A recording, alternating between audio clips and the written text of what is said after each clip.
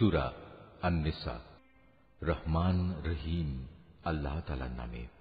তোমরা তোমাদের মালিককে ভয় করো, যিনি তোমাদের একটি মাত্র ব্যক্তি সত্তা থেকে সৃষ্টি করেছেন, অতঃপর তিনি তা থেকে তার জুড়ি পয়দা করেছেন।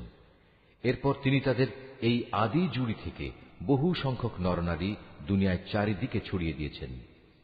হে মানুষ, তোমরা ভয় করো আল্লাহ তাআলাকে, যার পবিত্র নামে তোমরা একে অপরের কাছে অধিকার ও পাওনা দাবি করো, এবং সৃষ্টিতত্ত্বের উৎস গর্ভধারিণী মাকে সম্মান করো।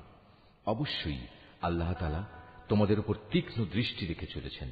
এতিমদের ধন সম্পদ তাদের কাছে দিয়ে দাও। তাদের ভালো জিনিসের সাথে নিজেদের খারাপ জিনিসের বদল করো না। তাদের সম্পদ সমূহ কখনো নিজেদের মালের সাথে মিলিয়ে হজম করে নিও না। এটা আসলেই একটা জঘন্য পাপ। আর যদি তোমাদের এই আশঙ্কা থাকে যে তোমরা এতিম মহিলাদের মাঝে ন্যায় বিচার করতে পারবে না, তাহলে সাধারণ নারীদের মাঝ থেকে তোমাদের যাদের ভালো লাগে তাদের 2 জন, 3 জন কিংবা 4 জনকে বিয়ে করে নাও। কিন্তু যদি তোমাদের এই ভয় হয় যে তোমরা একের অধিক হলে তাদের মাঝে ইনসাফ করতে পারবে না, তাহলে তোমাদের জন্য একজনই যথেষ্ট, কিংবা যে তোমাদের অধিকারভুক্ত তাদেরই যথেষ্ট মনে করে নাও। মনে রেখো, যৌনতার সীমা লঙ্ঘন থেকে বেঁচে থাকার জন্য এটাই হচ্ছে উত্তম ও সহজতর পন্থা। নারীদের তাদের মোহরানার অঙ্ক একান্ত খুশি মনে তাদের মালিকানায় দিয়ে দাও। অতঃপর তারা যদি নিজেদের মনের খুশিতে এর কিছু অংশ তোমাদের ছেড়ে দেয়, তাহলে তোমরা তা খুশি মনে ভোগ করতে পারো। আল্লাহ তাআলা তোমাদের যে সম্পদকে দুনিয়ায় তোমাদের প্রতিষ্ঠা লাভের উপকরণ হিসেবে বানিয়ে দিয়েছেন, তা এই নির্বোধ লোকেদের হাতে ছেড়ে দিও না। অবশ্যই এ থেকে তাদের খাওয়ার ব্যবস্থা করবে, তাদের পোশাক সরবরাহ করবে, সর্বোপরি তাদের সাথে ভালো কথা বলবে। এতিমদের প্রতি লক্ষ্য রাখতে হবে যতক্ষণ না তারা বিয়ের বয়স পর্যন্ত পৌঁছে। অতঃপর যদি তোমরা তাদের মধ্যে সম্পদ পরিচালনার যোগ্যতা অনুভব করতে পারো, তাহলে তাদের ধন সম্পদ তাদের হাতে তুলে দেবে। তাদের এই ধন সম্পদ তাদের বড় হবার আগেই তাড়াহুড়ো করে হজম করে ফেলো না।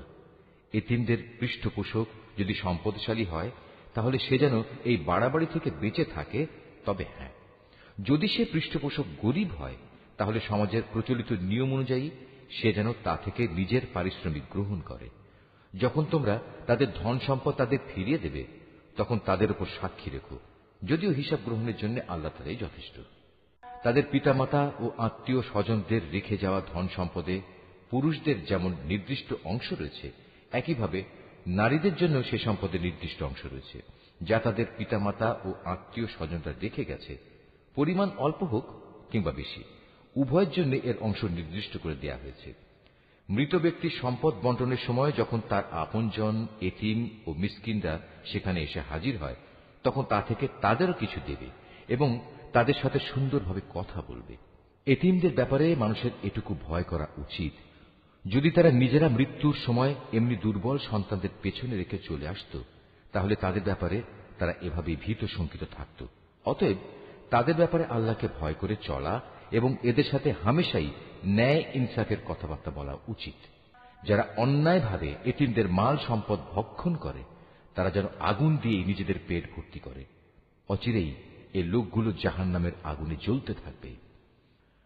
আল্লাহ তাআলা তোমাদের উত্তরাধিকারে সন্তানদের সম্পর্কে এ মর্মে তোমাদের জন্য এ বিধান জারি করেছেন যে এক ছেলের অংশ হবে 2 কন্যা সন্তানের মতো। কিন্তু উত্তরাধিকারী কন্যারা যদি 2-এর বেশি হয়, তাহলে তাদের জন্য থাকবে রেখে যাওয়া সম্পত্তির 2/3, আর সে কন্যা সন্তান যদি একজন হয়, তাহলে তার অংশ হবে পরিত্যক্ত সম্পত্তির অর্ধেক। মৃত ব্যক্তির সন্তান থাকলে তার পিতামাতা প্রত্যেকের জন্য থাকবে সে সম্পদের 6/1 অপরদিকে মৃত ব্যক্তির যদি কোনো সন্তান না থাকে এবং পিতামাতাই যদি হয় তার একমাত্র উত্তরাধিকারী, তাহলে তার মায়ের অংশ হবে 3/1। যদি মৃত ব্যক্তির কোনো ভাই বোন বেঁচে থাকে, তাহলে তার মায়ের অংশ হবে 6/1। মৃত্যুর আগে সে যে ওসিয়ত করে গেছে এবং তার রেখে যাওয়া ঋণ আদায় করে দেওয়ার পরেই কিন্তু এই সব ভাগ বাটোয়ারা করতে হবে।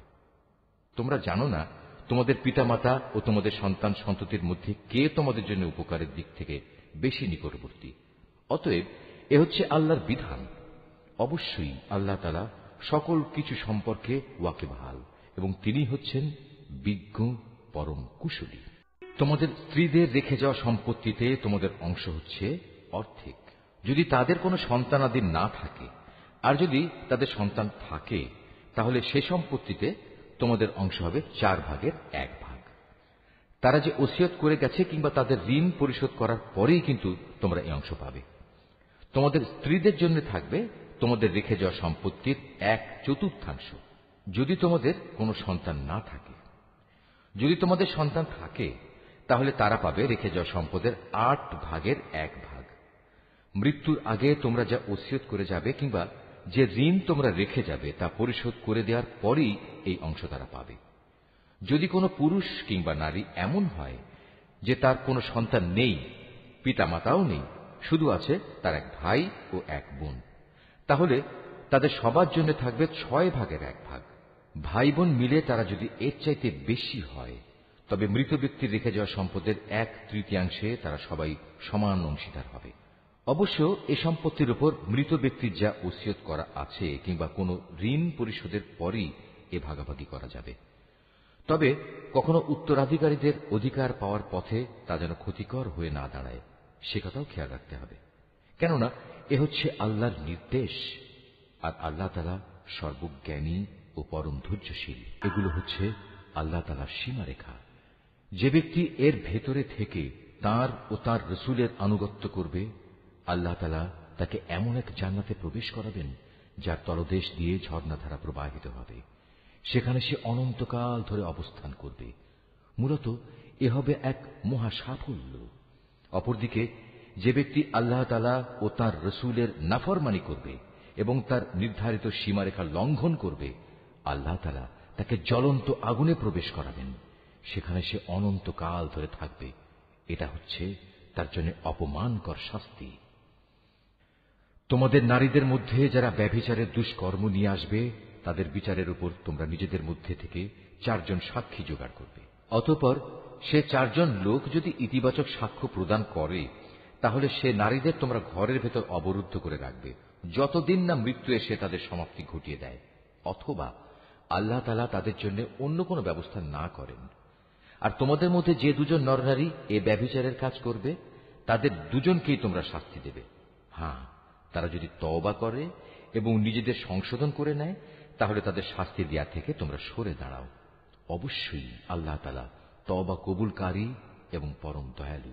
আল্লাহ তাআলার উপর শুধু তাদের তওবাই কবুলযোগ্য হবে যারা ভুলবশত গুনাহের কাজ করে, অতঃপর জানা মাত্রই তারা দ্রুত তা থেকে ফিরে আসে। মূলত এরাই হচ্ছে সেসব লোক যাদের উপর আল্লাহ তাআলা দয়া পরবশ হন, আর আল্লাহ তাআলাই হচ্ছেন সর্ববিষয়ে জ্ঞানী, কুশলী।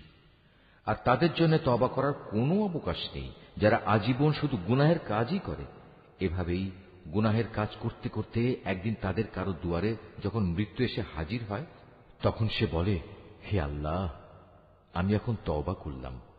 আসলে তাদের জন্য কোনো তওবা নয় যারা কাফের অবস্থায় ইহুল্লাহ সাঙ্গ করল।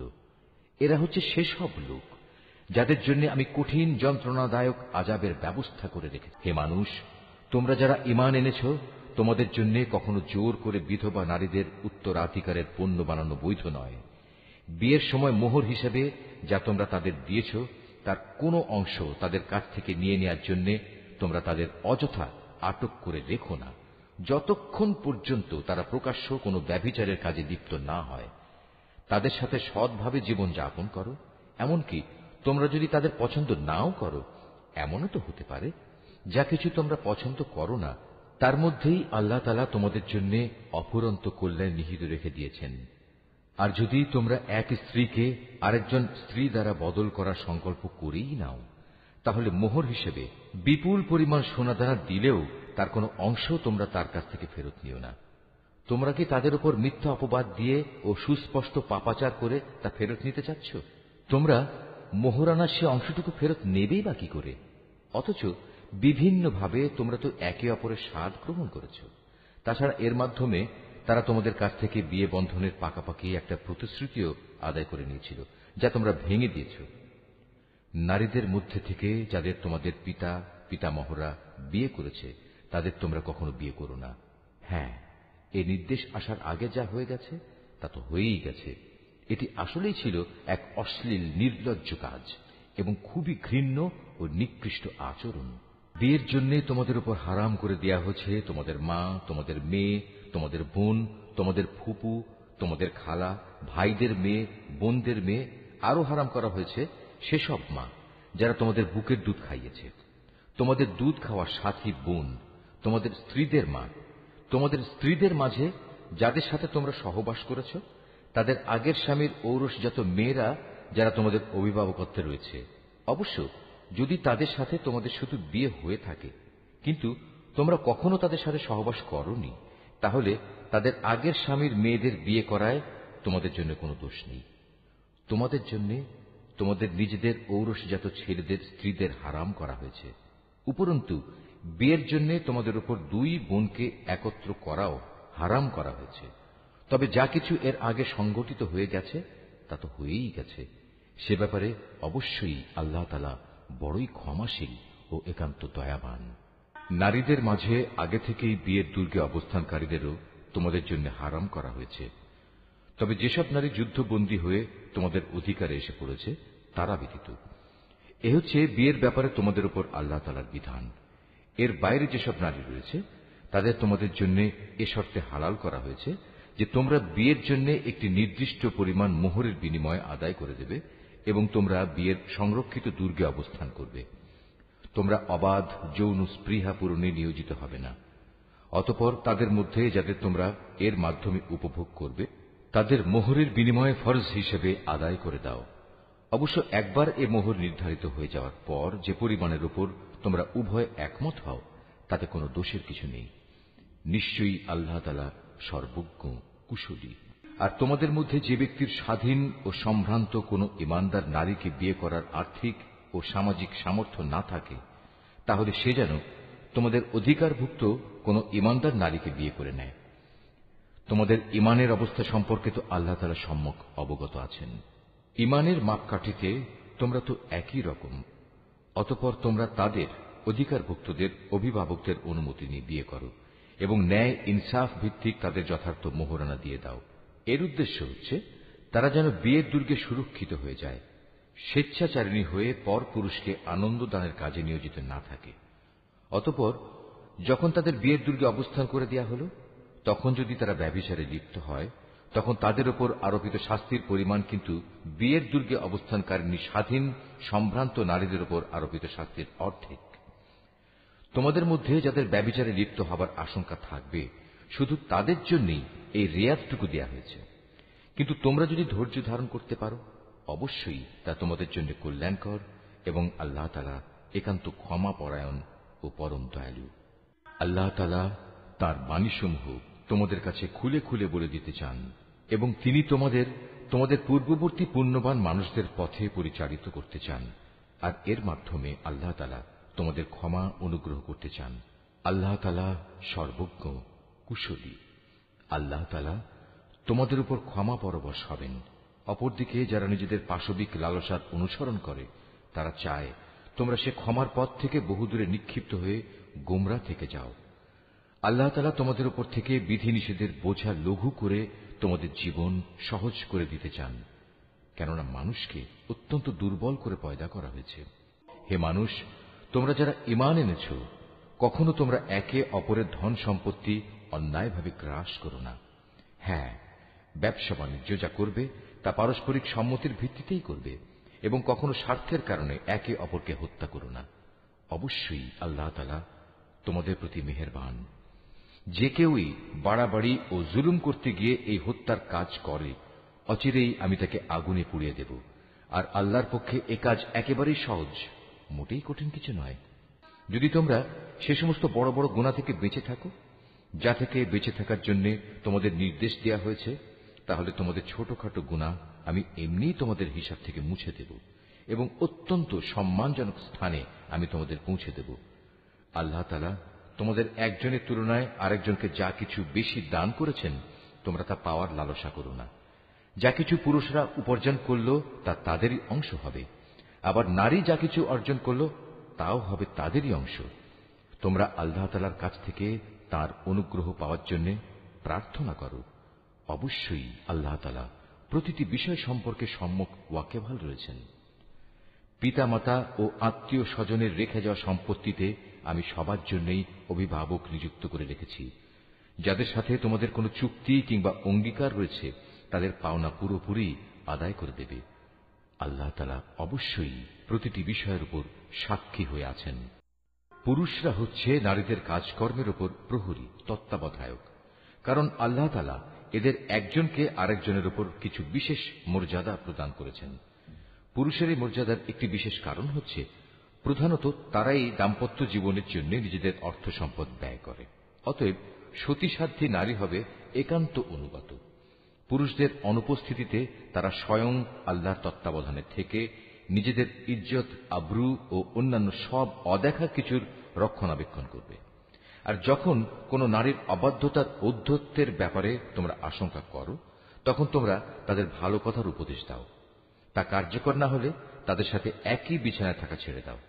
তাতেও যদি তারা ভালো না হয়, তাহলে চূড়ান্ত ব্যবস্থা হিসেবে তাদের মৃদু প্রহার করো।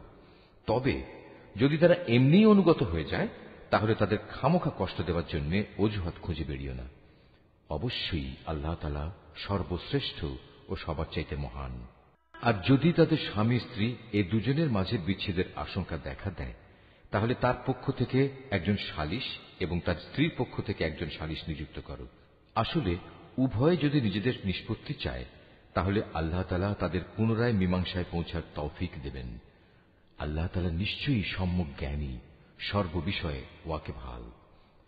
তোমরা এক আল্লাহ তাআলার ইবাদত করো, কোনো কিছুকেই তার সাথে অংশীদার বানিও না, এবং পিতামাতার সাথে ভালো ব্যবহার করো।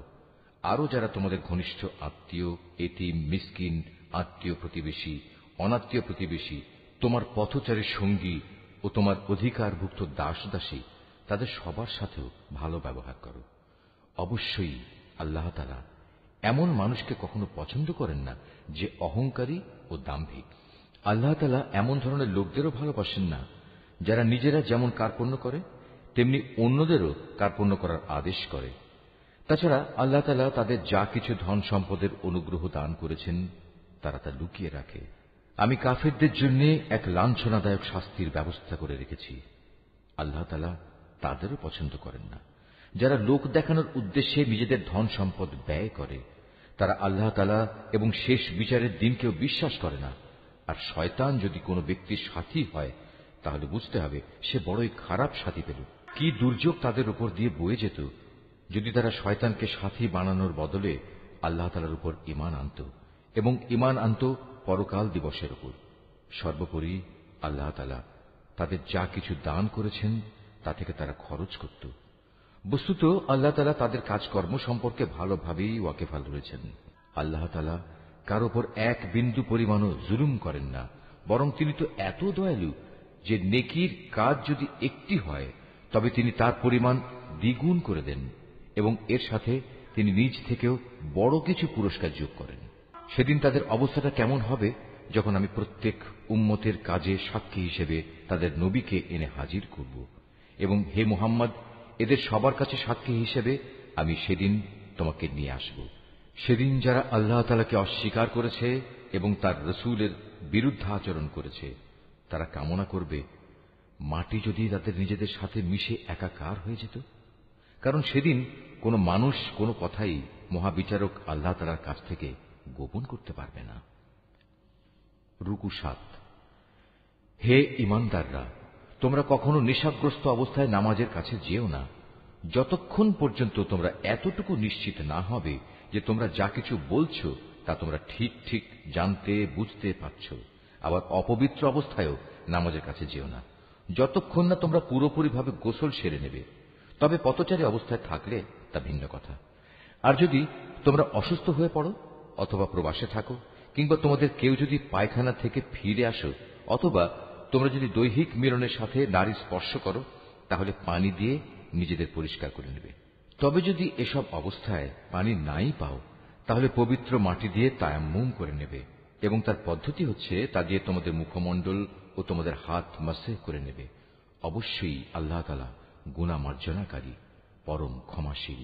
হে নবী, তুমি কি তাদের অবস্থা দেখোনি যাদের আসমানী গ্রন্থের সামান্য একটা অংশ দেয়া হয়েছিল, কিন্তু তারা গুমরাহির পথই কিনে নিচ্ছে। তারা তো তোমাদেরও পথভ্রষ্ট করে দিতে চায়। তোমাদের দুশমনদের আল্লাহ তাআলা ভালো করেই জানেন। অভিভাবক হিসেবে যেমন আল্লাহ তাআলা যথেষ্ট, তেমনি সাহায্যকারী হিসেবেও আল্লাহ তাআলাই যথেষ্ট। ইহুদি জাতির মধ্যে কিছু লোক এমন আছে যারা রসুলের কথাগুলো মূল অর্থের স্থান থেকে সরিয়ে বিকৃত করে দেয় এবং তারা বলে, আমরা শুনলাম এবং সাথে সাথে অমান্যও করলাম। আবার বলে, আমাদের কথা শুনুন। আসলে ইসলামী জীবন বিধানে অপবাদ দানের উদ্দেশ্যে নিজেদের জিহ্বাকে কুঞ্চিত করে এরা বলে, হে নবী, আপনি শুনুন। সাথে সাথেই বলে, আপনার শ্রবণ শক্তি রহিত হয়ে যাক। অথচ এসব কথা না বলে তারা যদি বলতো, হে নবী, আমরা আপনার কথা শুনলাম এবং তা মেনে নিলাম এবং আপনি আমাদের কথা শুনুন, আমাদের প্রতি লক্ষ্য করুন, তাহলে এ বিষয়টা তাদের জন্য কতই না ভালো হতো। তাই হতো বরং তাদের জন্য সঙ্গত। কিন্তু সত্য অস্বীকার করার কারণে তাদের উপর আল্লাহ তাআলা অভিশাপ দিয়েছেন। অতঃপর তাদের সামান্য কিছু লোকই মাত্র ঈমান এনে থাকে।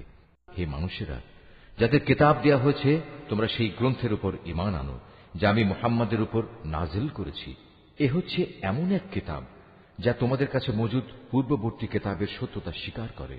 ঈমান আনো সে সময় আসার আগে যখন আমি পাপিষ্ঠদের চেহারাসমূহ বিকৃত করে তাকে উল্টো দিকে ঘুরিয়ে দেব, অথবা ইহুদিদের পবিত্র দিন শনিবারের অবমাননাকারীদের প্রতি আমি যেভাবে অভিশাপ নাজিল করেছি, তেমনি কোন বড় বিপর্যয় আসার আগেই ঈমান আনো। আর আল্লাহ তাআলার হুকুম সে তো অবধারিত। নিঃসন্দেহে আল্লাহ তাআলা কখনো সে গুনাহ মাফ করবেন না যেখানে তার সাথে কাউকে শরীক করা হয়। এছাড়া অন্য সব গুনাহ তিনি যাকে ইচ্ছা ক্ষমা করে দেন।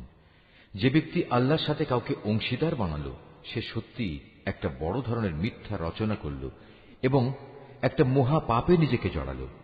হে নবী, তুমি কি তাদের অবস্থা দেখোনি যারা নিজেদের খুব পবিত্র মনে করে, অথচ আল্লাহ তাআলা যাকে ইচ্ছা তাকেই পবিত্র করেন, এবং যারা অপবিত্র তাদের উপর এক বিন্দু পরিমাণও জুলুম করা হবে না।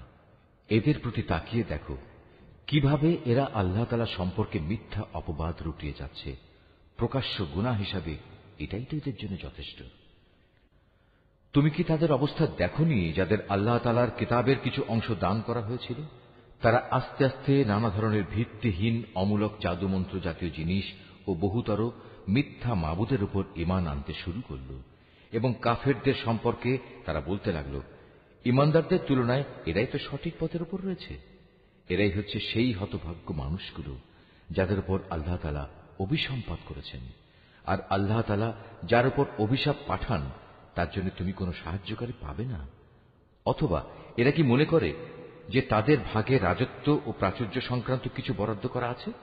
যদি সত্যি সত্যি তেমন কিছু এদের দেয়া হতো, তাহলে এরা তো খেজুর পাতার একটি ঝিল্লিও কাউকে দিতে চাইত না। অথবা এরা কি অন্যান্য মানব সন্তানদের ব্যাপারে হিংসা বিদ্বেষ পোষণ করে, যাদের আল্লাহ তাআলা নিজস্ব ভান্ডার থেকে জ্ঞান, কৌশল ও রাজনৈতিক ক্ষমতা দান করেছেন?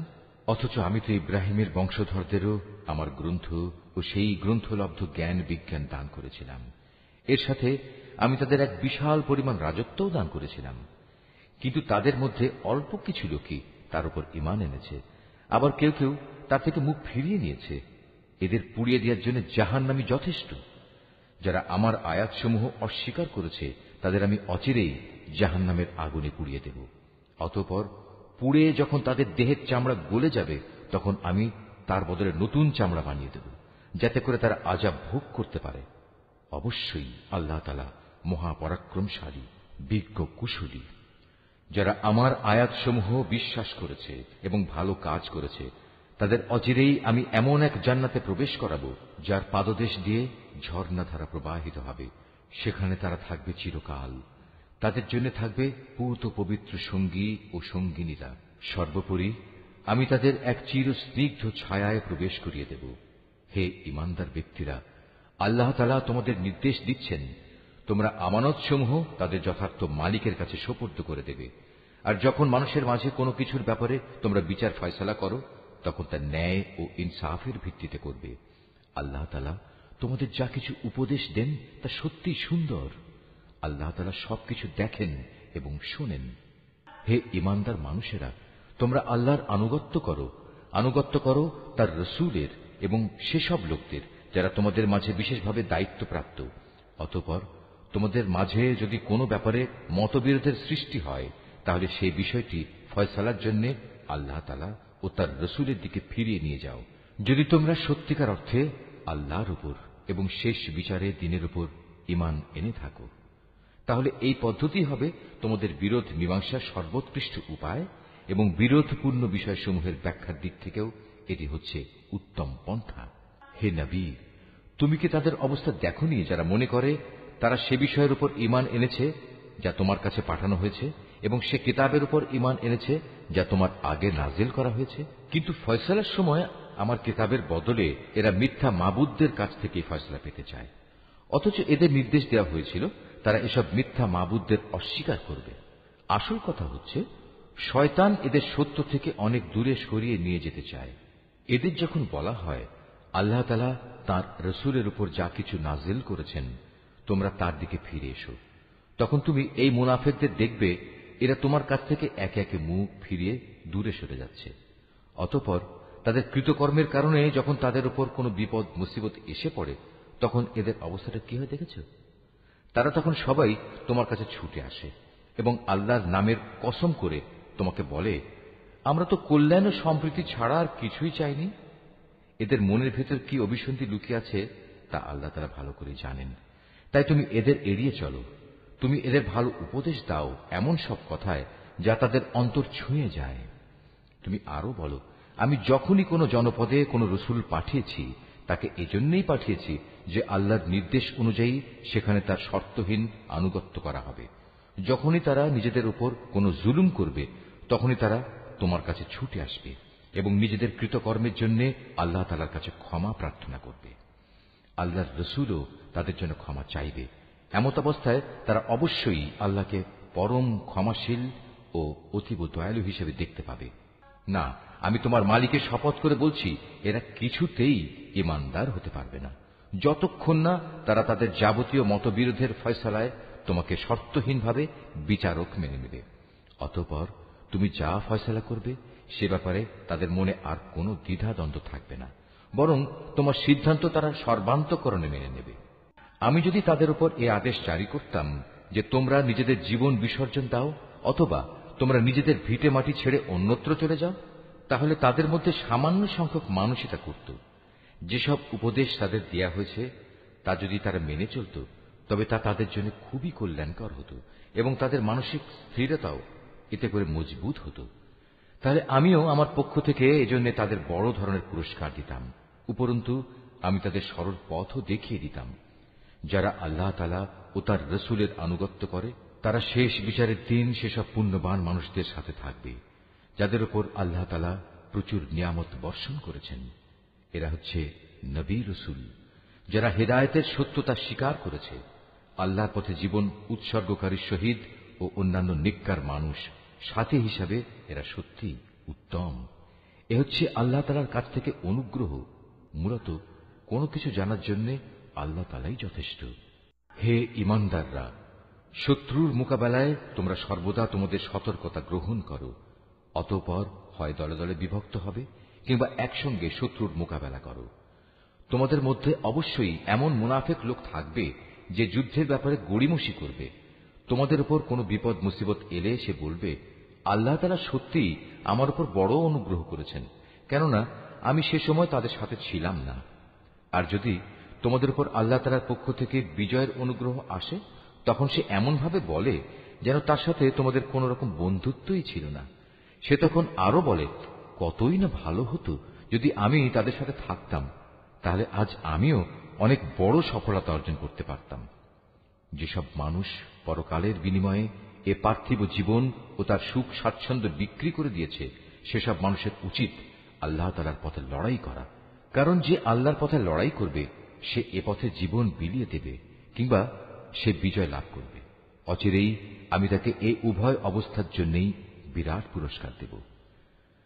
তোমাদের একই হয়েছে, তোমরা আল্লাহর পথে সেসব অসহায় নরনারী ও দুস্থ শিশু সন্তানদের বাঁচাবার জন্য লড়াই করো না যারা নির্যাতনে কাতর হয়ে ফরিয়াদ করছে। হে আমাদের মালিক, আমাদের এই জালেমদের জনপদ থেকে বের করে অন্য কোথাও নিয়ে যাও। অতঃপর তুমি আমাদের জন্য তোমার কাছ থেকে একজন অভিভাবক পাঠিয়ে দাও, তোমার কাছ থেকে আমাদের জন্য একজন সাহায্যকারী পাঠাও। যারা আল্লাহ তাআলা ও তার রাসূলের উপর ঈমান এনেছে তারা সর্বদা আল্লাহর পথে যুদ্ধ করে, আর যারা আল্লাহ তাআলাকে অস্বীকার করেছে তারা লড়াই করে মিথ্যা মাবুদদের সপক্ষে। অতএব তোমরা যুদ্ধ করো শয়তান ও তার চেলাচামুন্ডাদের বিরুদ্ধে। তোমরা সাহস হারিও না, কারণ শয়তানের ষড়যন্ত্র খুবই দুর্বল। হে নবী, তুমি কি তাদের অবস্থা দেখোনি যাদের প্রথম দিকে যখন বলা হয়েছিল তোমরা আপাতত লড়াই থেকে নিজেদের হাত গুটিয়ে রাখো, এখন নামাজ প্রতিষ্ঠা করো এবং যাকাত প্রদান করো। তখন তারা জিহাদের জন্য অস্থির হয়ে পড়েছিল, অথচ যখন পরবর্তী সময়ে তাদের উপর সত্যি সত্যের লড়াইয়ের হুকুম নাজিল করা হলো তখন এদের একদল লোক তো প্রতিপক্ষের মানুষদের এমন ভাবে ভয় করতে শুরু করলো যেমনি ভয় শুধু আল্লাহ তাআলাকেই করা উচিত, ক্ষেত্র বিশেষে তার চাইতেও বেশি। তারা আরো বলতে শুরু করলো, হে আমাদের মালিক, তুমি আমাদের উপর যুদ্ধের এ হুকুম এত তাড়াতাড়ি জারি করতে গেলে কেন? কত ভালো হতো যদি তুমি আমাদের সামান্য কিছুটা অবকাশ দিতে। হে নবী, তুমি বলো, দুনিয়ার এ ভোগ সামগ্রী অত্যন্ত সামান্য। যে ব্যক্তি আল্লাহ তাআলাকে ভয় করে তার জন্য পরকাল অনেক উত্তম, আর সেই পরকালে তোমাদের উপর কণা মাত্র অবিচার করা হবে না। তোমরা যেখানেই থাকো না কেন মৃত্যু এসে তোমাদের নাগাল পাবেই। এমনকি তোমরা যদি কোনো মজবুত দুর্গেও থাকো সেখানেও মৃত্যু এসে হাজির হবে।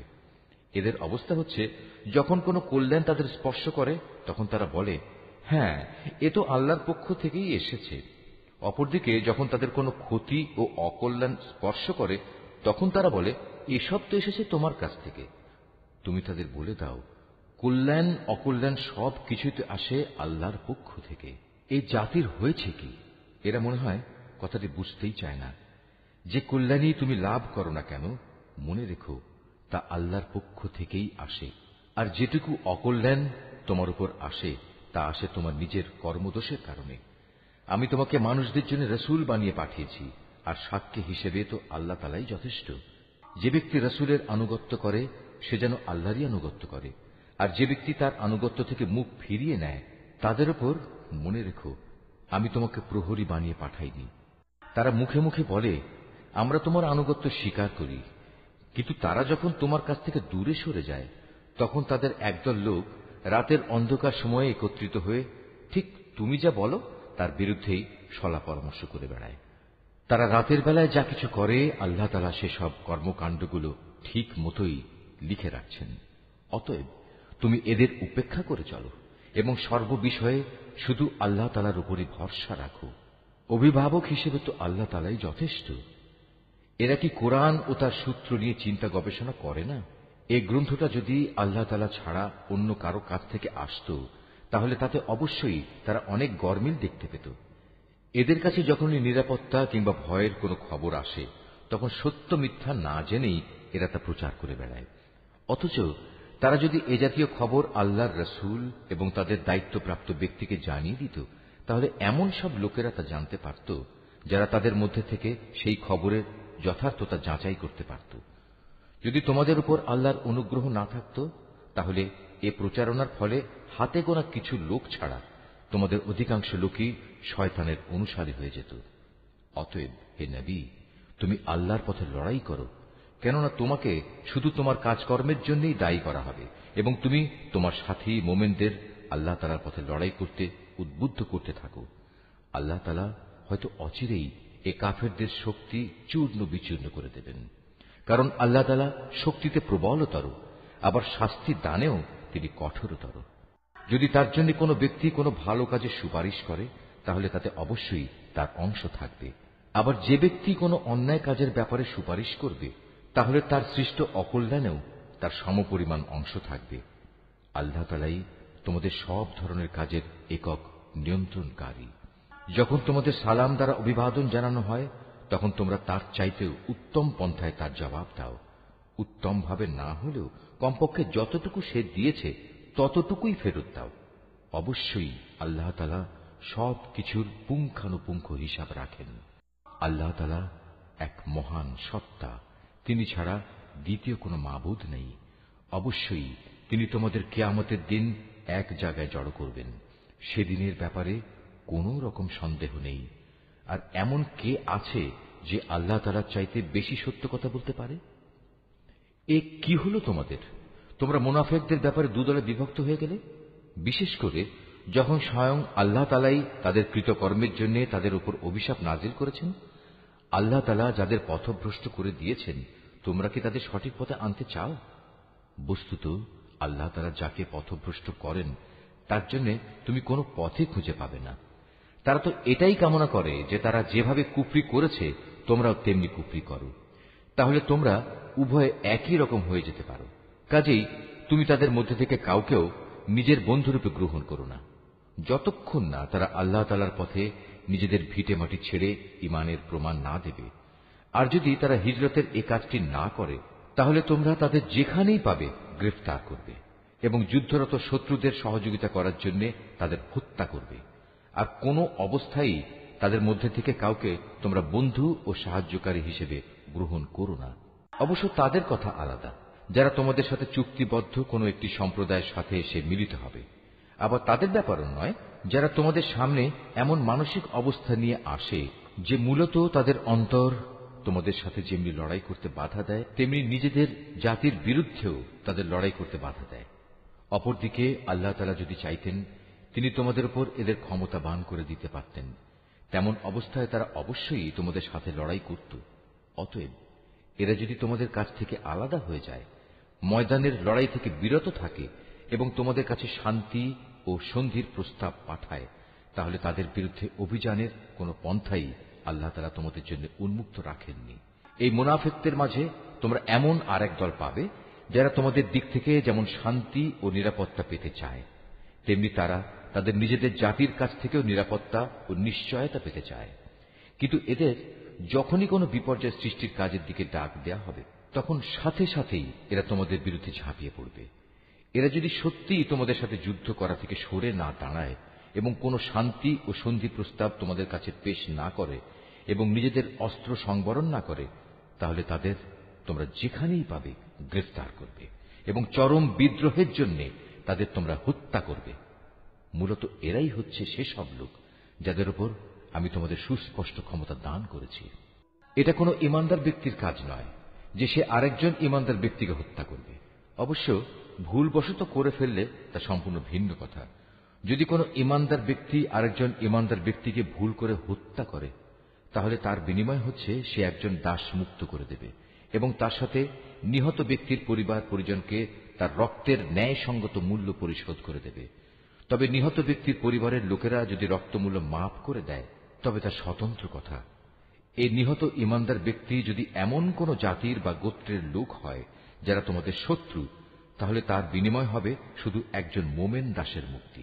অপরদিকে নিহত ব্যক্তি যদি এমন এক সম্প্রদায়ের কেউ হয়ে থাকে যাদের সাথে তোমাদের কোনো সন্ধি চুক্তি বলবৎ আছে, তবে তার রক্তের মূল্য আদায় করা ও একজন ইমানদার দাসের মুক্তিও অপরিহার্য। যে ব্যক্তি মুক্ত করার জন্য কোনো দাস পাবে না, তার বিধান হচ্ছে ক্রমাগত 2 মাসের রোজা রাখা। এ হচ্ছে আল্লাহ তাআলার পক্ষ থেকে মানুষের তওবা কবুল করানোর ব্যবস্থা মাত্র। বস্তুত আল্লাহ তাআলা সর্বজ্ঞ, কুশলী। যে ব্যক্তি ইচ্ছাকৃতভাবে কোনো ইমানদার ব্যক্তিকে হত্যা করবে, তার শাস্তি হচ্ছে জাহান্নাম। সেখানে সে অনন্তকাল ধরে পড়ে থাকবে। আল্লাহ তাআলা তার উপর ভয়ানক রুষ্ট, তাকে তিনি লানত দেন। আল্লাহ তাআলা তার জন্য যন্ত্রণাদায়ক আযাব প্রস্তুত করে রেখেছেন। হে ঈমানদার ব্যক্তিরা, তোমরা যখন আল্লাহ তাআলার পথে জিহাদের রাস্তায় বের হবে, তখন বিচার বুদ্ধি প্রয়োগ করবে। কোন ব্যক্তি কিংবা সম্প্রদায় যখন তোমাদের সামনে শান্তি ও সন্ধির প্রস্তাব পেশ করে, তখন কিছু বৈষয়িক ধন সম্পদের প্রত্যাশায় তাকে তোমরা বলো না যে না, তুমি ঈমানদার নও। আসলে আল্লাহ তাআলার কাছে অনায়াসলভ্য সম্পদ প্রচুর রয়েছে, সম্পদের প্রচুর ভাণ্ডার পড়ে আছে। আগে তোমরাও ছিলে এমনি, অতঃপর আল্লাহ তাআলা তোমাদের উপর অনুগ্রহ করেছেন। কাজেই তোমরা বিষয়টি যাচাই বাছাই করে নিও। তোমরা যা কিছুই করো, আল্লাহ তাআলা সে ব্যাপারে সম্যক অবগত আছেন। মোমেনদের মাঝে যারা কোন রকম শারীরিক পঙ্গুত্ব ও অক্ষমতা না থাকা সত্ত্বেও বসে থেকেছে, আর যারা নিজেদের জান ও মাল দিয়ে আল্লাহ তাআলার পথে জিহাদে অবতীর্ণ হয়েছে, এরা উভয়ে কখনো সমান নয়। ঘরে বসে থাকা লোকদের তুলনায় ময়দানের মুজাহিদদের, যারা নিজেদের জান মাল দিয়ে আল্লাহ তাআলার পথে জিহাদ করেছে, আল্লাহ তাআলা তাদের উঁচু মর্যাদা দান করেছেন। জিহাদ তখনও ফরজ ঘোষিত না হওয়ায় এদের সবার জন্য আল্লাহ তাআলা উত্তম পুরস্কারের ওয়াদা করেছেন। কিন্তু এটা ঠিক, আল্লাহ তাআলা ঘরে বসে থাকা লোকদের উপর সংগ্রামরত ময়দানের মুজাহিদদের অনেক শ্রেষ্ঠত্ব দান করেছেন। এই মর্যাদা দেয়া হয়েছে স্বয়ং আল্লাহ তাআলার পক্ষ থেকেই। এর সাথে রয়েছে তার ক্ষমা ও দয়া। মূলত আল্লাহ তাআলা বড় ক্ষমাশীল ও অতীব দয়ালু। যারা নিজেদের উপর জুলুম করেছিল তাদের প্রাণ কেড়ে নেওয়ার সময় মওতের ফেরেশতারা যখন তাদের জিজ্ঞেস করবে, বলতো এর আগে সেখানে তোমরা কিভাবে ছিলে? তারা বলবে, আমরা দুনিয়ায় দুর্বল ও অক্ষম ছিলাম। ফেরেশতারা বলবে, কেন তোমাদের জন্য আল্লাহর এই জমিন কি প্রশস্ত ছিল না? তোমরা ইচ্ছে করলে যেখানে চলে যেতে পারতে। আসলে এরা হচ্ছে অপরাধী। এরা হচ্ছে সেসব লোক যাদের আবাসস্থল হচ্ছে জাহান্নাম, আর তা কত নিকৃষ্টতম আবাস। তবে সেসব নারী পুরুষ ও শিশু সন্তান যাদের হিজরত করার মতো শারীরিক শক্তি ছিল না, কোথাও যাওয়ার কোনো উপকরণ ছিল না, তাদের কথা আলাদা। এরা হচ্ছে সেসব মানুষ আল্লাহ তাআলা সম্ভবত যাদের মাফ করে দেবেন। অবশ্যই আল্লাহ তাআলা গুনাহ মোচনকারী ও পরম ক্ষমাশীল। আর যে কেউই আল্লাহ তাআলার পথে হিজরত করবে সে অচিরেই আল্লাহ তাআলার জমিনে প্রশস্ত জায়গা ও অগণিত ধন সম্পদ পেয়ে যাবে।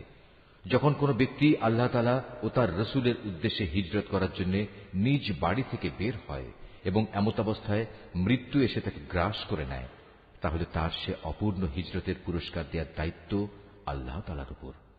আল্লাহ তাআলা বড় ক্ষমাশীল ও পরম দয়ালু।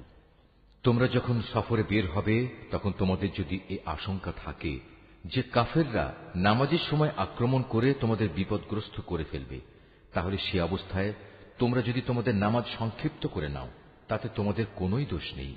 নিঃসন্দেহে কাফেররা হচ্ছে তোমাদের প্রকাশ্যতম দুশমন।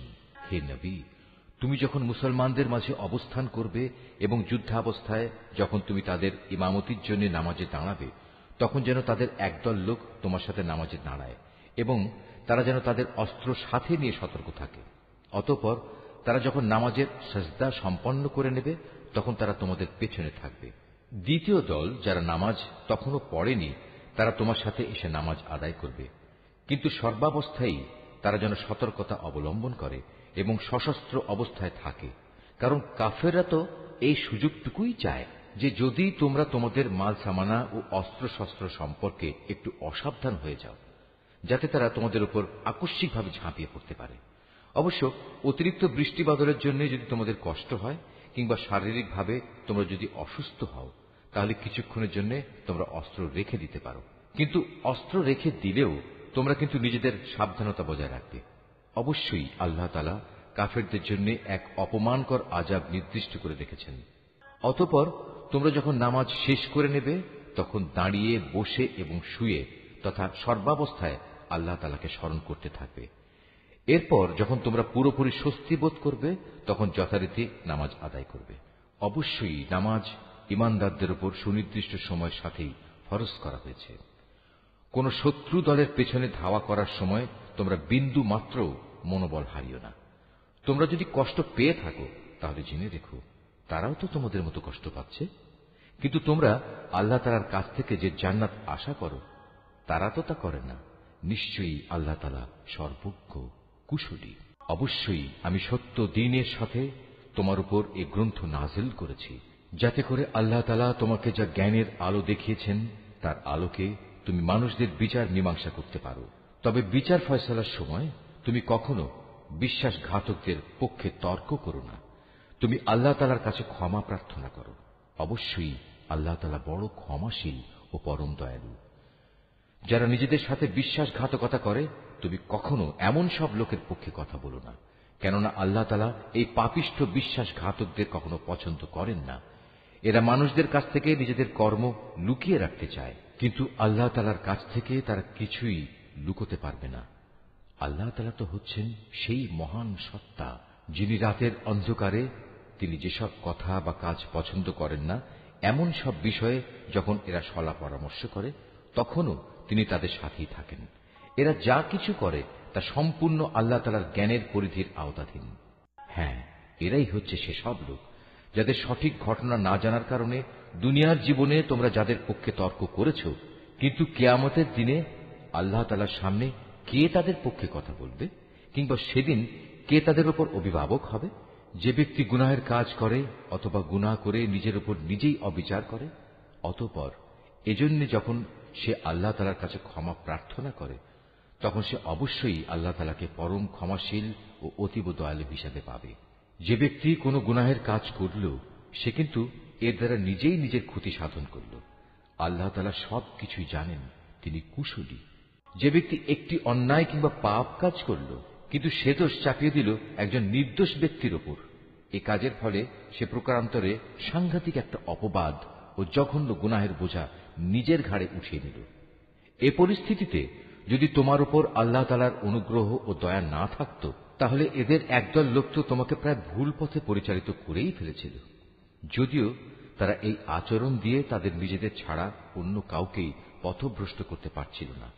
অবশ্য তাদের এই প্রতারণামূলক কাজ দ্বারা তারা তোমার কোনোই ক্ষতি সাধন করতে সক্ষম হতো না, কারণ আল্লাহ তাআলা তাঁর গ্রন্থ ও সে গ্রন্থলব্ধ কলাকৌশল তোমার উপর নাযিল করেছেন, এবং তিনি তোমাকে এমন সব কিছুর জ্ঞান শিক্ষা দিয়েছেন যা আগে তোমার জানা ছিল না। তোমার উপর আল্লাহ তাআলার অনুগ্রহ ছিল অনেক বড়। এদের অধিকাংশ গোপন সলা পরামর্শের ভেতরই কোনো কল্যাণ নিহিত নেই। তবে যদি কেউ এর দ্বারা কাউকে কোনো দান খয়রাত, সৎ কাজ ও অন্য মানুষের মাঝে শান্তি ও সম্প্রীতি স্থাপনের আদেশ দেয়, তা ভিন্ন কথা। আর আল্লাহ তাআলার সন্তুষ্টি অর্জনের লক্ষ্যে যদি কেউ এসব কাজ করে, তাহলে অতি শীঘ্রই আমি তাকে মহাপুরস্কার দেব। আবার যে ব্যক্তি তার কাছে প্রকৃত সত্য স্পষ্ট হয়ে যাওয়ার পর রসুলের বিরুদ্ধে আচরণ করবে এবং ইমানদারদের পথ ছেড়ে বেঈমান লোকদের নিয়ম নীতির অনুসরণ করবে, তাকে আমি সেদিকেই পরিচালিত করব যেদিকে সে চলতে চেয়েছে। এর শাস্তি হিসেবে তাকে আমি জাহান্নামের আগুনে পুড়িয়ে দেব, আর তা কত নিকৃষ্ট আবাসস্থল। আল্লাহ তাআলা এ বিষয়টি ক্ষমা করবেন না যে তার সাথে কোন রকম শরীক করা হবে। এছাড়া অন্য সকল গুনাহ তিনি যাকে ইচ্ছা করেন তাকে ক্ষমা করে দিতে পারেন। তাই যে ব্যক্তি আল্লাহ তাআলার সাথে কাউকে শরীক করল, সে মূলত চরমভাবে গোমরাহ হয়ে গেল। আল্লাহকে ছাড়া এর আর কাকে ডাকে? ডাকে নিকৃষ্ট দেবীকে কিংবা কোনো বিদ্রোহী শয়তানকে। তার উপর আল্লাহ তাআলা অভিশাপ বর্ষণ করেছেন, কারণ সে আল্লাহকে চ্যালেঞ্জ দিয়ে বলেছিল, আমি তোমার বান্দাদের এক অংশকে নিজের দলে শামিল করেই ছাড়ব। সে আরো বলেছিল, আমি অবশ্যই তোমার বান্দাদের গোমরাহ করে দেব, আমি অবশ্যই তাদের হৃদয়ে নানা প্রকারের মিথ্যা কামনা বাসনা জাগিয়ে তুলব, এবং আমি তাদের নির্দেশ দেব যেন তারা কুসংস্কারে লিপ্ত হয়ে জন্তু জানোয়ারের কান ছিদ্র করে দেয়। আমি তাদের আরো নির্দেশ দেব যেন তারা আল্লাহ তাআলার সৃষ্টিকে বিকৃত করে দেয়। মূলত যে কোনো ব্যক্তি আল্লাহ তাআলার বদলে শয়তানকে নিজের পৃষ্ঠপোষক বানিয়ে নেবে, সে এক সুস্পষ্ট ক্ষতি ও লোকসানের সম্মুখীন হবে। সে অভিশপ্ত শয়তান তাদের নানা প্রতিশ্রুতি দেয়, তাদের সামনে মিথ্যা বাসনার মায়াজাল সৃষ্টি করে, আর শয়তান যা প্রতিশ্রুতি দেয় তা হচ্ছে প্রতারণা মাত্র।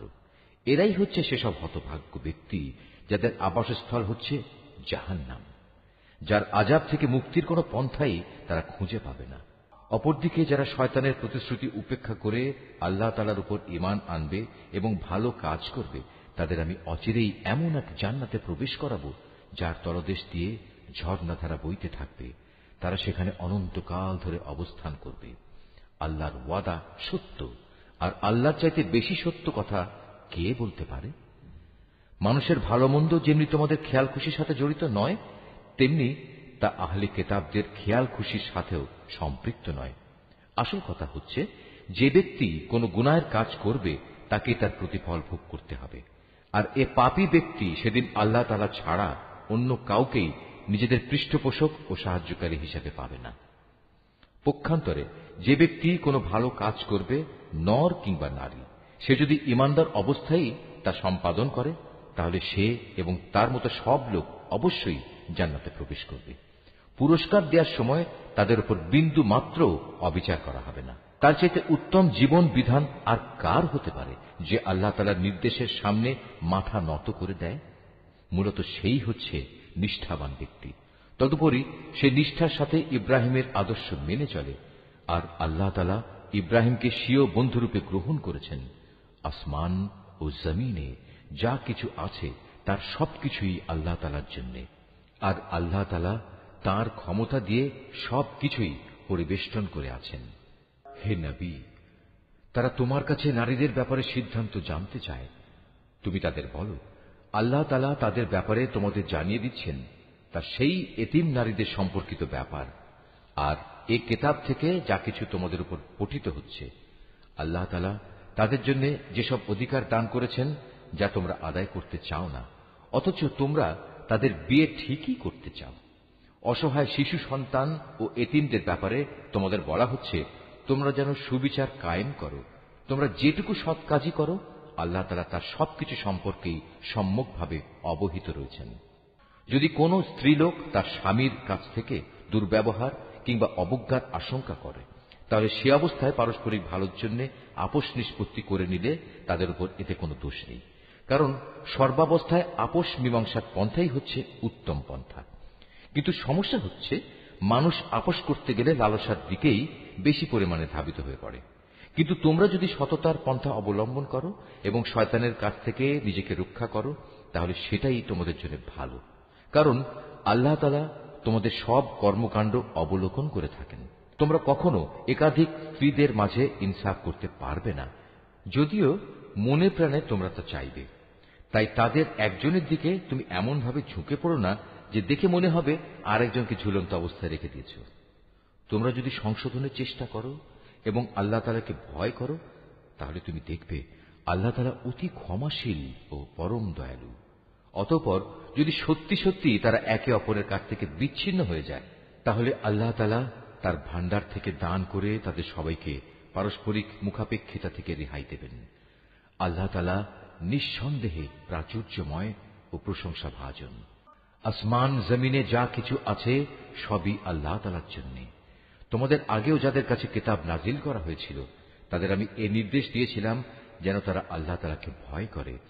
আমি তোমাদেরও নির্দেশ দিচ্ছি। আর যদি তোমরা আল্লাহকে অস্বীকার করো, তাহলে জেনে রেখো আকাশ পাতালে যা কিছু আছে সবকিছুই তো আল্লাহ তাআলার জন্য। আল্লাহ তাআলা বেনিয়াজ, সব প্রশংসা তাঁরই প্রাপ্য। অবশ্যই আসমান জমিনের সব কয়টি জিনিসের মালিকানা তাঁর। যাবতীয় কর্ম সম্পাদনে আল্লাহ তাআলাই যথেষ্ট। হে মানুষ, তিনি চাইলে যে কোনো সময় জমিনের কর্তৃত্ব থেকে তোমাদের অপসারণ করে অন্য কোনো সম্প্রদায়কে এনে বসিয়ে দিতে পারেন। এ কাজে তিনি অবশ্যই ক্ষমতাবান। তোমাদের মধ্যে যে ব্যক্তি এ দুনিয়াতেই তার পুরস্কার পেতে চায়, তার জেনে রাখা উচিত আল্লাহ তাআলার কাছে তো ইহকাল পরকাল এ উভয় কালের পুরস্কারই রয়েছে। আল্লাহ তাআলা তো সবকিছু শোনেন এবং সবকিছুই দেখেন। হে ঈমানদাররা, তোমরা সর্বদাই ইনসাফের উপর দৃঢ়ভাবে প্রতিষ্ঠিত থেকো এবং আল্লাহ তাআলার জন্য সত্যের সাক্ষী হিসেবে নিজেকে পেশ করো। যদি এ কাজটি তোমরা নিজের পিতামাতার কিংবা নিজের আত্মীয় স্বজনের উপরেও আসে, তবুও তা তোমরা মনে রাখবে। সে ব্যক্তি ধনী হোক কিংবা গরিব, এটা কখনো দেখবে না, কেননা তাদের উভয়ের চাইতে আল্লাহ তাআলার অধিকার অনেক বেশি। অতএব তুমি কখনো ন্যায় বিচার করতে নিজের খেয়াল খুশির অনুসরণ করো না। যদি তোমরা পেঁচানো কথা বলো কিংবা সাক্ষ্য দেয়া থেকে বিরত থাকো, তাহলে জেনে রাখবে তোমরা যা কিছুই করো না কেন, আল্লাহ তাআলা তার যথার্থ খবর রাখেন। হে ঈমানদার ব্যক্তিরা, তোমরা ঈমান আনো আল্লাহর উপর, তার রসুলের উপর, সে কিতাবের উপর যা আল্লাহ তাআলা তার রসুলের উপর নাজিল করেছেন, এবং সেসব কিতাবের উপর যা ইতিপূর্বে তিনি নাজিল করেছেন।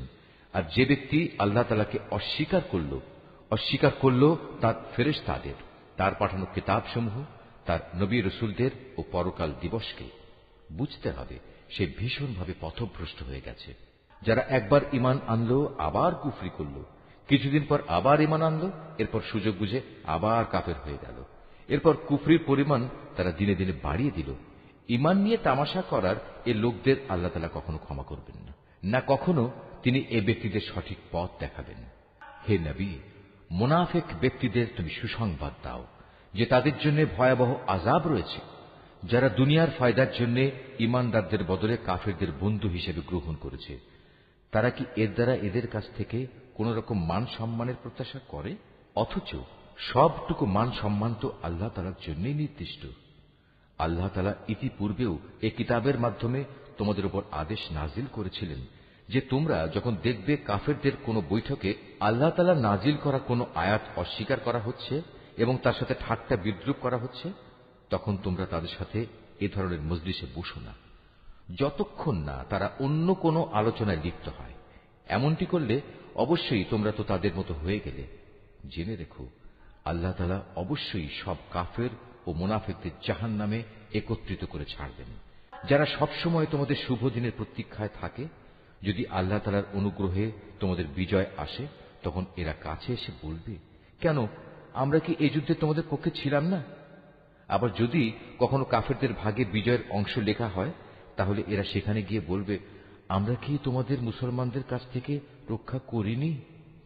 এমন অবস্থায় শেষ বিচারের দিনেই আল্লাহ তাআলা তোমাদের উভয়ের মাঝে ফয়সালা শুনিয়ে দেবেন এবং আল্লাহ তাআলা সেদিন মোমেনদের বিরুদ্ধে এ কাফেরদের কোনো অজুহাত পেশ করার পথ অবশিষ্ট রাখবেন না। অবশ্যই মুনাফিকরা আল্লাহ তাআলাকে ধোঁকা দেয়। মূলত এর মাধ্যমে আল্লাহই তাদের প্রতারণায় ফেলে দিচ্ছেন। এরা যখন নামাজে দাঁড়ায় তখন একান্ত আলস্য ভরেই দাঁড়ায়, আর তাও কেবল লোক দেখানোর জন্যই। এরা আল্লাহ তাআলাকে আসলে কমই স্মরণ করে। এরা কুফরি ও ইমানের এর দুটানায় দোদুল্যমান। এরা না এদিকে না ওদিকে। তুমি সে ব্যক্তিকে কখনো সঠিক পথ দেখাতে পারবে না যাকে আল্লাহ তাআলাই গুমরাহ করে দেন। হে ইমানদার বান্দারা, তোমরা ইমানদার ব্যক্তিদের বাদ দিয়ে কাফেরদের নিজেদের বন্ধুরূপে গ্রহণ করো না। তোমরা কি তাদের বন্ধুরূপে গ্রহণ করে আল্লাহ তাআলার কাছে তোমাদের বিরুদ্ধে কোনো সুস্পষ্ট প্রমাণ তুলে দিতে চাও? এ কাফের ও মুনাফিকরা জাহান্নামের সর্বনিম্ন স্তরে অবস্থান করবে। তুমি সেদিন তাদের জন্য কোনো সাহায্যকারী খুঁজে পাবে না। তবে তাদের কথা আলাদা, যারা তওবা করে এবং পরবর্তী জীবন সংশোধন করে নেয়। আল্লাহ তাআলা রশি শক্ত করে ধরে রাখে এবং একমাত্র আল্লাহ তাআলার উদ্দেশ্যেই স্বীয় জীবন বিধান একনিষ্ঠ করে নেবে। এসব লোকেরা অবশ্যই সেদিন বিশ্বাসী বান্দাদের সাথে অবস্থান করবে। আর অচিরেই আল্লাহ তাআলা তার ঈমানদার বান্দাদের বড় ধরনের পুরস্কার দেবেন। তোমরাই বলো, আল্লাহ তাআলা কি খামোখা তোমাদের শাস্তি দেবেন যদি তোমরা তার প্রতি কৃতজ্ঞতা আদায় করো এবং তার উপর ঈমান আনো? বস্তুত আল্লাহ তাআলা হচ্ছেন সর্বোচ্চ পুরস্কার দাতা, সম্যক ওয়াকিবহাল। আল্লাহ তাআলা প্রকাশ্যভাবে মন্দ কথা বলা কখনো পছন্দ করেন না। তবে যে ব্যক্তির উপর অবিচার করা হয়েছে তার কথা আলাদা। আল্লাহ তাআলা ভালোভাবে শোনেন এবং জানেন। ভালো কাজ তোমরা প্রকাশ্যে করো কিংবা তা গোপনে করো, অথবা কোনো মন্দ কাজের জন্য যদি তোমরা ক্ষমা করে দাও, তাহলে তোমরাও দেখতে পাবে আল্লাহ তাআলা অতি ক্ষমাশীল ও প্রবল শক্তিমান। যারা আল্লাহ তাআলা ও তার রসুলদের অবিশ্বাস করে এবং আল্লাহ তাআলা ও রসুলদের মাঝে এই বলে একটা পার্থক্য করতে চায় যে আমরা রসুলদের কয়েকজনকে স্বীকার করি আবার কয়েকজনকে অস্বীকার করি, এর দ্বারা আসলে এরা নিজেদের জন্য একটা মাঝামাঝি রাস্তা বের করে নিতে চায়। এরাই হচ্ছে সত্যিকারের কাফের। আর আমি এ কাফেরদের জন্যই নির্দিষ্ট করে রেখেছি এক চরম লাঞ্ছনাদায়ক শাস্তি। অপরদিকে যারা আল্লাহ তাআলা ও তার রসুলের উপর ঈমান আনে এবং তার পাঠানো নবী রসুলদের একজনের সাথে আরেকজনের কোন রকম পার্থক্য করে না, এরাই হচ্ছে সেসব লোক যাদের তিনি অচিরেই অনেক পুরস্কার দান করবেন। প্রকৃতপক্ষে আল্লাহ তাআলা অত্যন্ত ক্ষমাশীল ও মহাদয়ালু। আহলে কেতাবের লোকেরা তোমার কাছে চায় তুমি যেন আসমান থেকে তাদের জন্য কোনো কেতাব নাজিল করো। এরা তো মুসার কাছে এর চাইতেও বড় রকমের দাবি পেশ করেছিল। তখন তারা বলেছিল, হে মুসা, তুমি স্বয়ং আল্লাহ তাআলাকেই আমাদের প্রকাশ্যভাবে দেখিয়ে দাও। অতঃপর তাদের এই বাড়াবাড়ির জন্য তাদের উপর প্রচন্ড বজ্রপাত এসে নিপতিত হয়েছে এবং এ সম্পর্কিত সুস্পষ্ট প্রমাণসমূহ তাদের কাছে আসার পরেও তারা গোবাছুরকে উপাস্য হিসেবে গ্রহণ করেছে।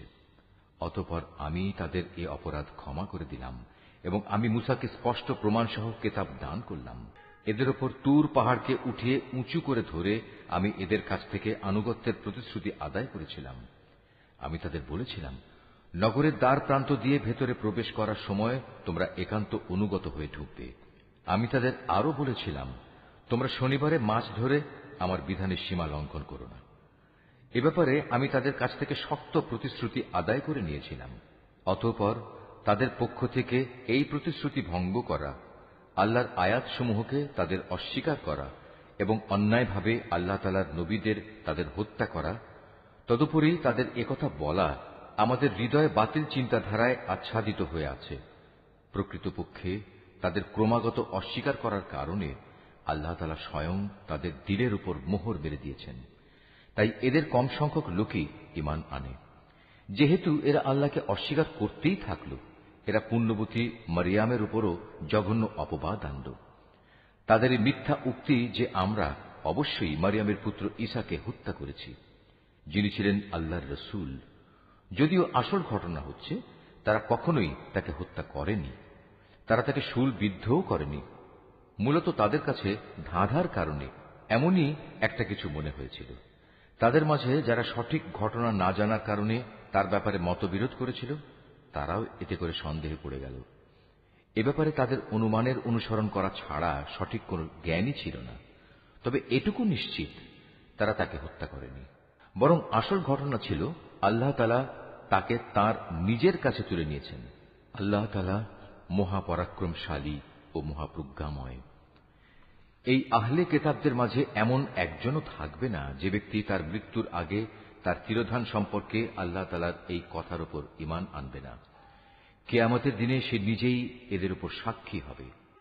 ইহুদিদের বাড়াবাড়ি ও সীমা লঙ্ঘনমূলক আচরণের জন্য এমন অনেক পবিত্র জিনিসও আমি তাদের জন্য হারাম করে দিয়েছিলাম, যেটা তাদের জন্য আগে হালাল ছিল। এটা এই কারণে যে এরা বহু মানুষকে আল্লাহ তাআলার পথ থেকে বিরত রেখেছে। যেহেতু এরা লেনদেনে সুদ গ্রহণ করে, অথচ এদের তা থেকে সুস্পষ্টভাবে নিষেধ করা হয়েছিল, এবং এরা অন্যের মাল সম্পদ ধোঁকা প্রতারণার মাধ্যমে গ্রাস করে। তাদের মধ্যে এসব অপরাধে লিপ্ত কাফেরদের জন্য আমি তাই কঠিন আযাব নির্দিষ্ট করে রেখেছি। কিন্তু তাদের মধ্যে যাদের আবার জ্ঞানের গভীরতা রয়েছে, তারা এবং এমন সব ঈমানদার যারা তোমার উপর যা কিছু নাজিল হয়েছে তার উপর বিশ্বাস করে, সাথে সাথে তোমার পূর্ববর্তী নবী ও রসুলদের উপর যা নাজিল হয়েছে তার উপরও বিশ্বাস করে, নামাজ প্রতিষ্ঠা করে, যাকাত আদায় করে, সর্বোপরি আল্লাহ তাআলা ও শেষ দিনের উপর ঈমান আনে। মূলত এরাই হচ্ছে সেসব সৌভাগ্যবান মানুষ যাদের অচিরেই আমি মহাপুরস্কার দেব। হে নবী, আমি তোমার কাছে আমার ওহী পাঠিয়েছি, যেমনি করে আমি ওহী পাঠিয়েছিলাম নূহ ও তার পরবর্তী নবীদের প্রতি। আমি আরো ওহী পাঠিয়েছিলাম ইব্রাহিম, ইসমাইল, ইসহাক, ইয়াকুব ও তার বংশধরদের কাছে। ওহী পাঠিয়েছি ঈসা, আইয়ুব, ইউনুস, হারুন ও সুলাইমানের কাছেও। অতঃপর আমি দাউদের ওপর জাবুর গ্রন্থ অবতীর্ণ করেছি। রসুলদের মাঝে এমনও অনেকে আছে যাদের কথা ইতিপূর্বে আমি তোমার কাছে বলেছি, কিন্তু এদের মাঝে বহু রসুল এমনও আছে যাদের নাম ঠিকানা কিছুই আমি তোমাকে বলিনি। মুসার সাথে তো আল্লাহ তাআলা কথাও বলেছেন। রসুলরা ছিল জান্নাতের সুসংবাদবাহী ও জাহান্নামের ভয় প্রদর্শনকারী। তাদের এজন্যই পাঠানো হয়েছিল যাতে করে রসুলদের আগমনের পর আল্লাহ তাআলার উপর মানব জাতির কোনো অজুহাত খাড়া করার সুযোগ না থাকে। সত্যি আল্লাহ তাআলা মহাপরাক্রমশালী ও প্রজ্ঞাময়। কিন্তু মানুষ যত অজুহাতই পেশ করুক না কেন, আল্লাহ তোমার উপর যা কিছু নাজিল করেছেন তা তাঁর প্রত্যক্ষ জ্ঞানের মাধ্যমেই করেছেন। ফেরেশতারাও তো একথার সাক্ষ্য দেবে, যদিও ওহীর সাক্ষ্য প্রদানের জন্য আল্লাহ তাআলা একাই যথেষ্ট। নিশ্চয়ই যারা এই ওহী অস্বীকার করে এবং অন্য মানুষদেরও আল্লাহ তাআলার পথ থেকে সরিয়ে রাখে, তারা আসলে গুমরাহী ও পথভ্রষ্টতায় অনেক দূর এগিয়ে গেছে। নিশ্চয়ই যারা কুফরি করল এবং চরমভাবে সীমা লঙ্ঘন করল, তাদের ব্যাপারে এটা কখনো হবে না যে আল্লাহ তাআলা তাদের ক্ষমা করে দেবেন, না তিনি তাদের সঠিক রাস্তা দেখাবেন। হ্যাঁ, একটি মাত্র রাস্তাই তাদের জন্য উন্মুক্ত থাকবে, এবং তা হচ্ছে জাহান্নামের রাস্তা, যেখানে তারা অনন্তকাল ধরে পড়ে থাকবে। শাস্তি প্রদানের এ কাজ আল্লাহর জন্য খুবই সহজ। হে মানুষরা, আল্লাহ তাআলার কাছ থেকে তোমাদের জন্য সঠিক বিধান নিয়ে রসুল এসেছে। যদি তার আনিত এই বিধানের উপর তোমরা ঈমান আনো, এতেই তোমাদের জন্য কল্যাণ রয়েছে। আর তোমরা যদি তা মেনে নিতে অস্বীকার করো, তাহলে জেনে রেখো এই আসমান জমিনের সর্বত্র যেখানে যা কিছু আছে তার সবকিছুই আল্লাহ তাআলার জন্য, এবং আল্লাহ তাআলা সর্বজ্ঞ, কুশলী। হে কিতাবধারীরা, নিজেদের দ্বীনের ব্যাপারে তোমরা বাড়াবাড়ি করো না, এবং ঈসার ঘটনা নিয়ে আল্লাহ তাআলা সম্পর্কে সত্য ছাড়া কোনো মিথ্যা বলো না। সে সত্য কথা হচ্ছে এই যে মরিয়ামের পুত্র মসীহ ছিল একজন রসূল ও তার এমন এক বাণী যা তিনি মরিয়ামের ওপর প্রেরণ করেছেন, এবং সে ছিল আল্লাহ তাআলার কাছ থেকে পাঠানো এক রূহ। অতএব হে আহলে কিতাবরা, তোমরা আল্লাহ তাআলা ও তার রসূলদের উপর ঈমান আনো, আর কখনো এটা বলো না যে মাবুদের সংখ্যা ৩। এ জঘন্য মিথ্যা থেকে তোমরা বেঁচে থেকো, এটাই তোমাদের জন্য উত্তম। নিঃসন্দেহে আল্লাহ তাআলা তিনি তো একক মাবুদ। আল্লাহ তাআলা এ মূর্খতা থেকে অনেক পবিত্র যে তার কোনো সন্তান থাকবে। এ আকাশ ও ভূমণ্ডলের সব কিছুর মালিকানাই তো তাঁর, আর অভিভাবক হিসেবে আল্লাহ তাআলা যথেষ্ট। ঈসা মসীহ কখনো এতে বিন্দু মাত্র নিজেকে হেয় মনে করেননি যে সে নিজে আল্লাহ তাআলার বান্দা। আল্লাহ তাআলার একান্ত ঘনিষ্ঠ ফেরেশতারাও একে লজ্জাকর মনে করেনি। কোন ব্যক্তি যদি আল্লাহ তাআলার বন্দেগী করা সত্যি লজ্জাকর বিষয় মনে করে এবং এটা ভেবে সে অহংকার করে, তার জানা উচিত অচিরেই আল্লাহ তাআলা এদের সকলকে তাঁর সামনে একত্রিত করে দণ্ডাজ্ঞা দান করবেন। যেসব মানুষ আল্লাহ তাআলার উপর ঈমান এনেছে এবং ভালো কাজ করেছে, সেদিন তিনি তাদের এর জন্য পুরোপুরি পুরস্কার দেবেন। আল্লাহ তাআলা তাঁর একান্ত অনুগ্রহ থেকে তাদের পাওনা আরো বাড়িয়ে দেবেন। অপরদিকে যারা আল্লাহ তাআলার বিধান মেনে নেয়া লজ্জাজনক কিছু মনে করল এবং অহংকার করল, তাদের সবাইকেই আল্লাহ তাআলা কঠোর শাস্তি দান করবেন। সেদিন তারা আল্লাহকে ছাড়া দ্বিতীয় কোনো অভিভাবক ও সাহায্যকারী পাবে না। হে মানুষ, তোমাদের মালিকের কাছ থেকে তোমাদের কাছে একটি উজ্জ্বল প্রমাণ এসেছে এবং আমি তোমাদের কাছে উজ্জ্বল জ্যোতি নাজিল করেছি। অতঃপর যারা সে জ্যোতি দিয়ে ঈমান আনল এবং তাকে শক্ত করে আঁকড়ে ধরল, আল্লাহ তাআলা তাদের অচিরেই তাঁর অফুরন্ত দয়া ও অনুগ্রহে জান্নাতে প্রবেশ করাবেন এবং তাদের তিনি সঠিক পথে পরিচালিত করবেন। হে নবী, তারা তোমার কাছে বিভিন্ন বিষয়ে ফতোয়া জানতে চায়।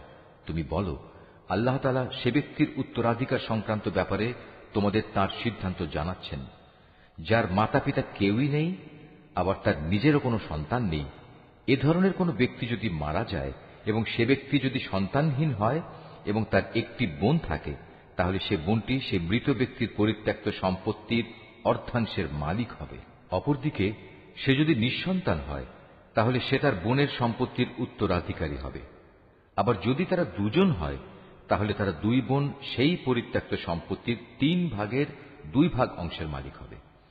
যদি সে ভাই বোনেরা কয়েকজন হয়, তাহলে মেয়েদের অংশ ১ ভাগ ও পুরুষদের অংশ ২ ভাগ হবে। আল্লাহ তাআলা উত্তরাধিকারের এ আইন কানুন অত্যন্ত সুস্পষ্টভাবে তোমাদের জন্য বলে দিয়েছেন, যাতে করে মানুষের উদ্ভাবিত বন্টন পদ্ধতিতে তোমরা বিভ্রান্ত হয়ে না পড়ো। আল্লাহ তাআলা সব কিছুর ব্যাপারেই সম্যক ওয়াকিবহাল।